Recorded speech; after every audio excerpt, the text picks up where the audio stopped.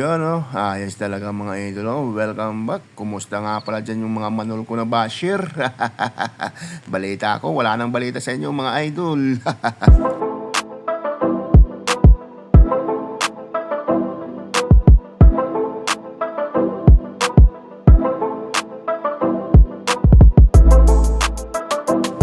For today's video mga idolo, may nagtatanong sa atin, paano daw mag-trade catching mga idolo, no? So, yan yung content natin ngayon mga idolo. So, trade catching tayo.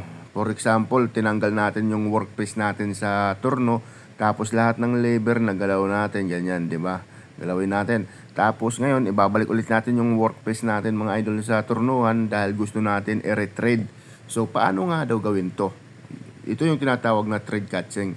Paano natin itutugma yung tollbit na yan dito sa dating trade? Yan yung malaking tanong mga idolo. Paano natin itutugma na hindi masisira yung trade? So bali ganito kasi mangyayari dyan mga idol. Pag tinanggal mo yung workpiece sa turnuhan tapos mag-trade ka ulit, sisirain niya na yan mga idol. No? Ganito, tingnan nyo.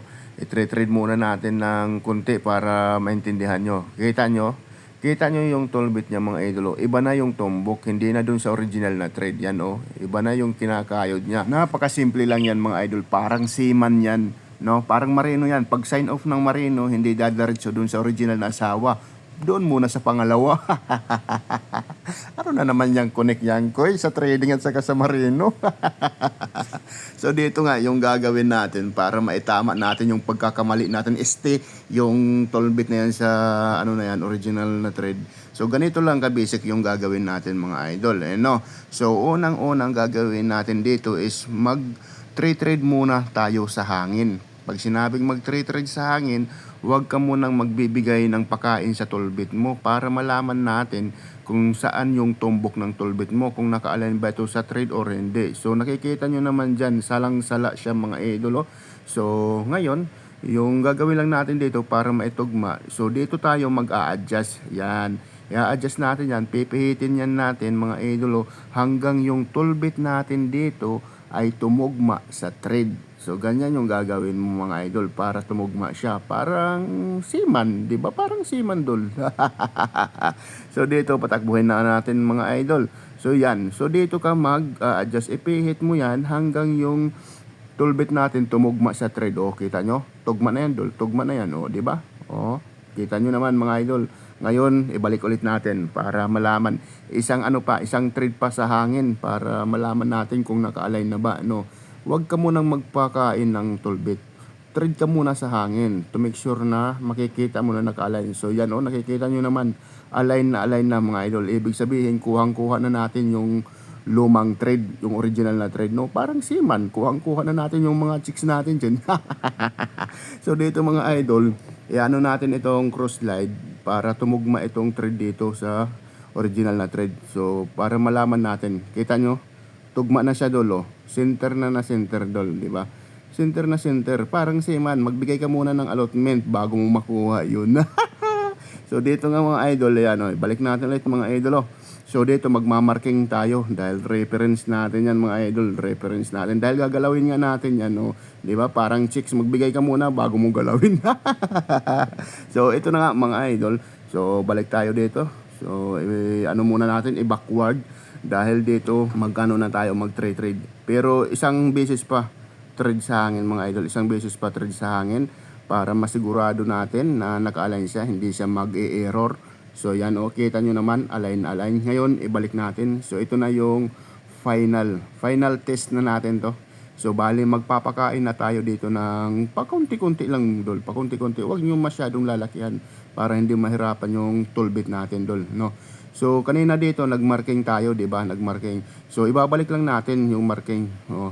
Tapos magpapakain tayo ng kunti lang mga idol. Magpapakain tayo ng kunti. Parang seaman ba, dol? Pag nanliligaw tayo, kunting pasikat ganyan para makuha natin, 'di ba? Shout out dyan sa mga babaerong seaman. Baka naman, pahingi nga ng isa dyan. So dito, oh, final test to. Final trade to mga idol, oh. O, tingnan nyo maigi dito yung tumbok ng tollbit natin, ano? Kita nyo naman kung saan kumayod yung tollbit natin sa original na trade, di ba dol? sa original na thread, hindi na doon sa ano, yan o, kita nyo naman o, kita nyo. O, isang beses pa dol, o, isang beses pa, para makasigurado tayo na hindi mag-error, na hindi masisira yung original na thread, no? Isang beses pa dol, no? O mga seaman dyan, wag nyo nang gawin ng isang beses pa yan, ha? Masisira talaga pamilya nyo. O, tigil-tigil nyo ng pambabae na yan. So dito ibalik lang natin kung saan tayo nag-marking. Tapos pakain ng konti and then marking. Dahil reference natin yan. Okay? Forward na natin para malaman natin kung ito ay tutugma doon sa original na thread. Tingnan nyo maigi dito, dol. So ayan mga idol, kita nyo naman mga idol kung saan kumakayod yung toolbit natin. So dyan sa original na ano natin, original na sawa is the original na thread mga idol. Ayos-ayusin mo koy, ayos-ayusin mo, inahaluan mo naman kalokohan koy. So dito, ibalik ulit natin sa ano marking. Yan yan yung marking natin. Pakain lang ng konti mga idol, wag lakihan. Konti lang para hindi mahirapan yung toolbit natin. So ayan, pangatlong pasada na yan dol. Kita nyo naman. Kita nyo naman, doon pa rin dumadaan sa original na thread yung toolbit natin. Ganyan talaga yung mga faithful na seaman. Pagka-uwi yan, diretso yan sa asawa. Hindi doon sa pangalawa. So ayan, so ganyan lang ka basic dul, no? Diyan ka lang mag-a-adjust. I-adjust mo lang yan hanggang yung toolbit natin doon ay tumugma sa original, no? Doon ka lang mag-a-adjust. Parang seaman, pagka sign off, diretso doon sa original. Huwag ka nang hapit-hapit doon sa mga ano mo. So ayan mga idol, di ba? Ganyan lang kabisik yung thread catching. Kung paano hulihin yung seaman estepa, kung paano hulihin yung lumang thread, yung original na thread. Ganun lang kasimple, dol.